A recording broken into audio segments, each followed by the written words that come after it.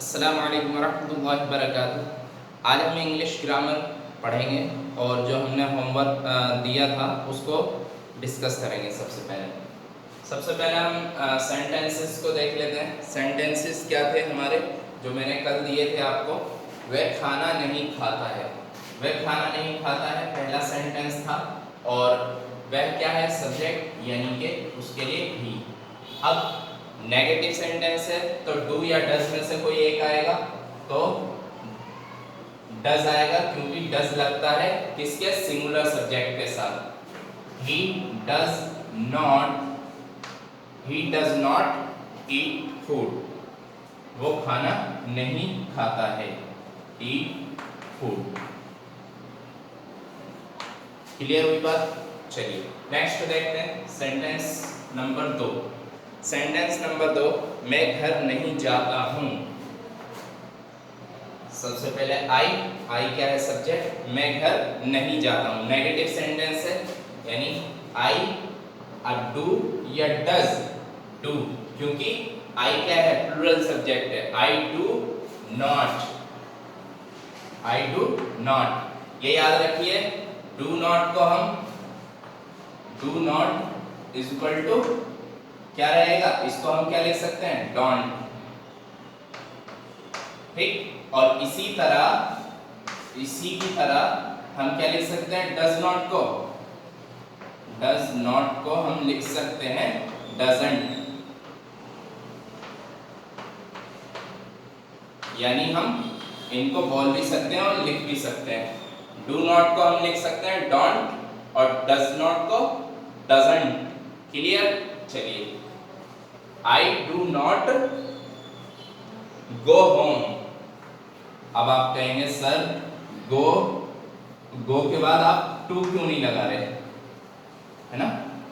आप सोच रहे होंगे, मैंने बताया था अगर कोई जगह मीन्स गो है और गो के बाद कोई जगह का नाम है तो हम बीच में क्या लगाते हैं, टू लगाते हैं। लेकिन एक वाहिद यानी सिंगल एक ऐसा वर्ड है ये जिससे पहले हम टू नहीं लगाते हैं कभी भी।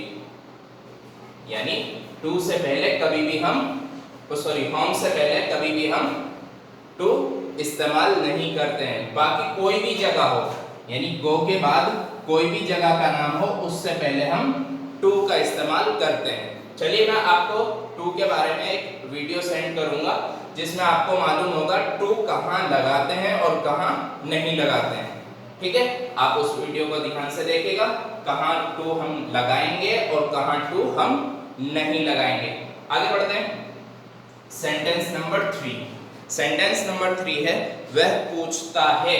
वह पूछता है यानी सबसे पहले सब्जेक्ट क्या, ही, और ही के बाद पूछने के लिए हम यूज करते हैं आस्क। वर्ब क्या है, आस्क। अब सेंटेंस का रूल क्या था, सबसे पहले सब्जेक्ट, वर्ब और प्लस एस या ईएस कब लगाते हैं, जब सब्जेक्ट हमारा सिंगुलर हो। तो सब्जेक्ट क्या सिंगुलर है इस टाइम, तो हम क्या लगाएंगे, एस। मैंने आपको बताया था कहाँ एस लगाते हैं, कहाँ ईएस लगाते हैं।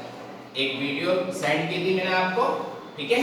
चलिए नेक्स्ट है आपके पास सेंटेंस नंबर 4।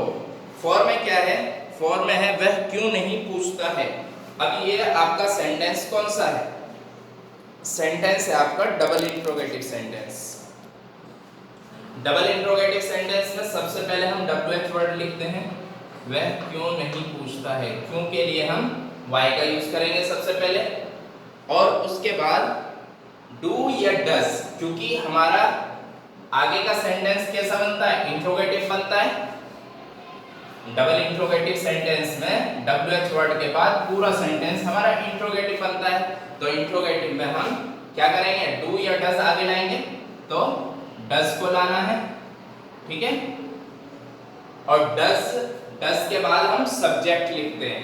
लेकिन एक कंडीशन है यहां पर भी, अगर हम चाहें, देखिए अगर हम ये वाली फॉर्म में सेंटेंस लिखते हैं यानी व्हाई डजंट, तो हम नॉट को इसी के साथ इंक्लूड कर देंगे। अगर हम इस तरीके से लिखते हैं तो हमारा नॉट बाद में आएगा।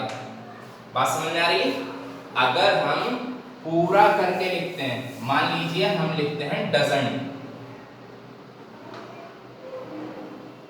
एन और कॉमा लगा के टी, इस तरीके से लिखते हैं। तो अब ही जो आएगा वो बाद में आएगा। अगर हम डज नॉट करके लिखना चाहते हैं तो डज नॉट करके लिखने के लिए हमें क्या करना पड़ेगा, बीच में सब्जेक्ट लिखना पड़ेगा। क्लियर हुई बात? तो हम डजंट लिख सकते हैं, व्हाई डजंट और सब्जेक्ट यानी ही, और ही के बाद आस्क। एस नहीं लगाते हैं इसमें, क्योंकि नेगेटिव के अकॉर्डिंग हम बनाते हैं इंट्रोगेटिव, और इंट्रोगेटिव के अकॉर्डिंग बनाते हैं डबल इंट्रोगेटिव। तो इसमें एस नहीं लगता है, मैंने आपको रूल में बताया था। क्लियर? चलिए 4 सेंटेंस हो गए, 5वां देख लेते हैं। क्या हम नहीं सोते हैं? सेंटेंस नंबर 5 है, क्या हम नहीं सोते हैं। कौन सा सेंटेंस है ये? इंट्रोगेटिव सेंटेंस है, क्योंकि शुरू में क्या आ रहा है, क्या। क्या की वजह से हमने पहचाना ये इंट्रोगेटिव सेंटेंस है। तो अब क्या करेंगे हम, सबसे पहले डू या डज, डू या डज, ये याद रखिए। अगर हम डू लिखते हैं तो फौरन सब्जेक्ट लिखना पड़ेगा। अगर हम डोंट लिखते हैं, अगर हम नॉट को साथ में इस तरह से लिखते हैं, डोंट करते हैं, तो हमारा सब्जेक्ट आएगा। और अगर हम सिर्फ डू लिखते हैं और फिर सब्जेक्ट और फिर नॉट आएगा, ऐसा नहीं डू नॉट करके सब्जेक्ट लिखेंगे, ये गलत होगा। यानी डू सब्जेक्ट एंड नॉट। अगर हम दोनों को एक साथ लिखना चाहते हैं, यानी डू नॉट को डोंट में लिखना चाहते हैं, तो हम एक साथ लिख सकते हैं डोंट, अब सब्जेक्ट आएगा यानी वी, डोंट वी और स्लीप, क्योंकि सेंटेंस क्या था हमारा, क्या हम नहीं सोते हैं, डोंट वी स्लीप। क्लियर? आगे के 5 सेंटेंसेस और देख लेते हैं हम, ये मैं रेस कर देता हूं।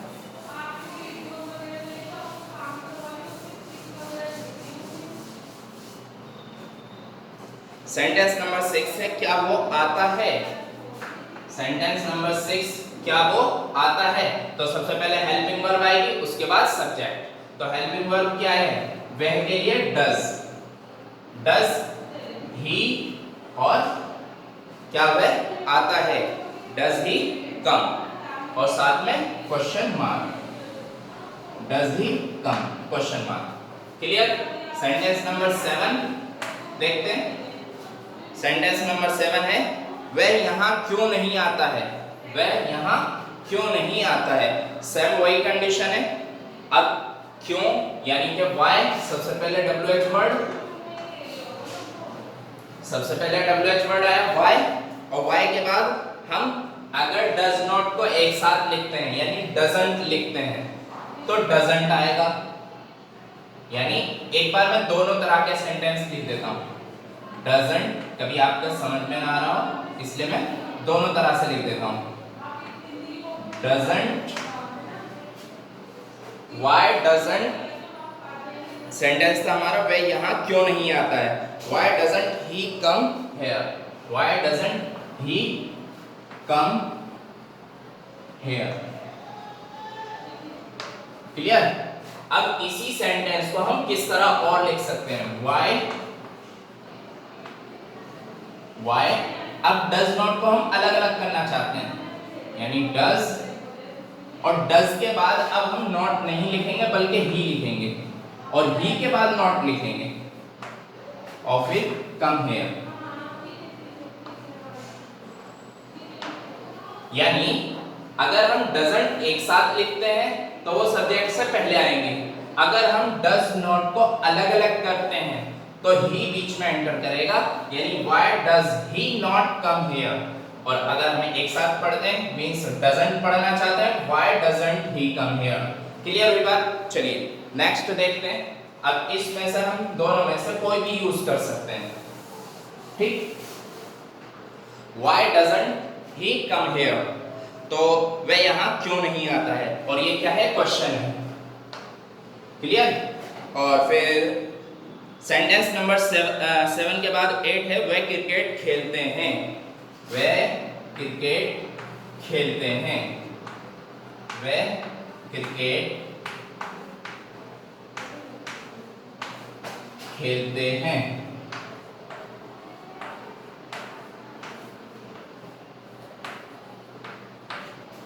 वह क्रिकेट खेलते हैं।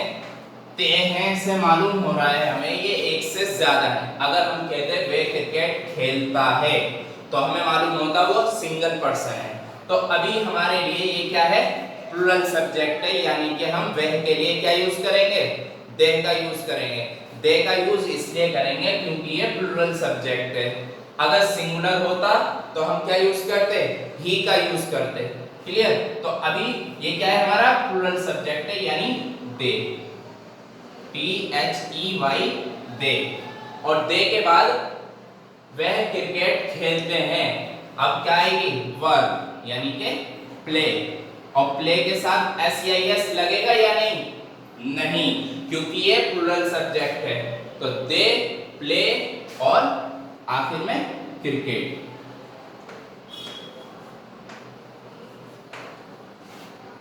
क्लियर।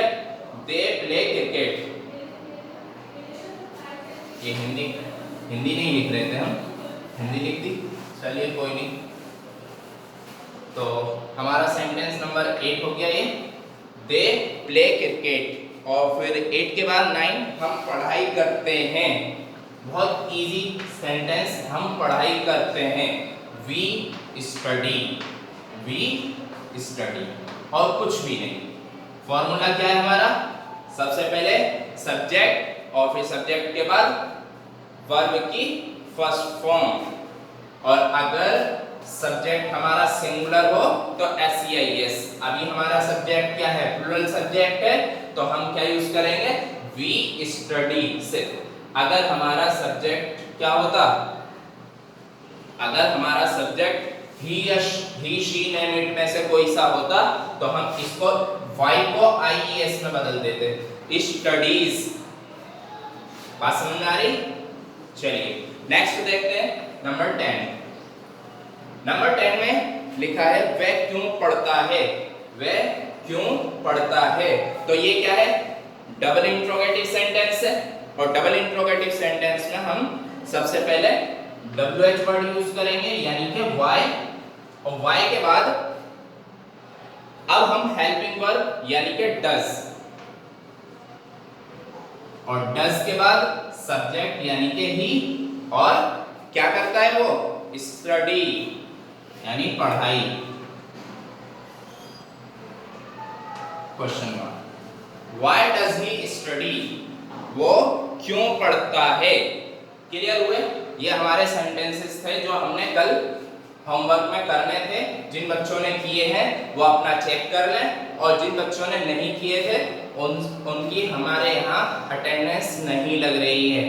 यानी जो बच्चे होमवर्क कर कर नहीं दे रहे हैं उनकी अटेंडेंस नहीं लग रही है। ये ख्याल रखिए, अगर आपका होमवर्क आता है तो अटेंडेंस लगती है, वरना अटेंडेंस नहीं लगती है। क्लियर। चलिए अब मिलते हैं नेक्स्ट वीडियो में। अस्सलाम वालेकुम।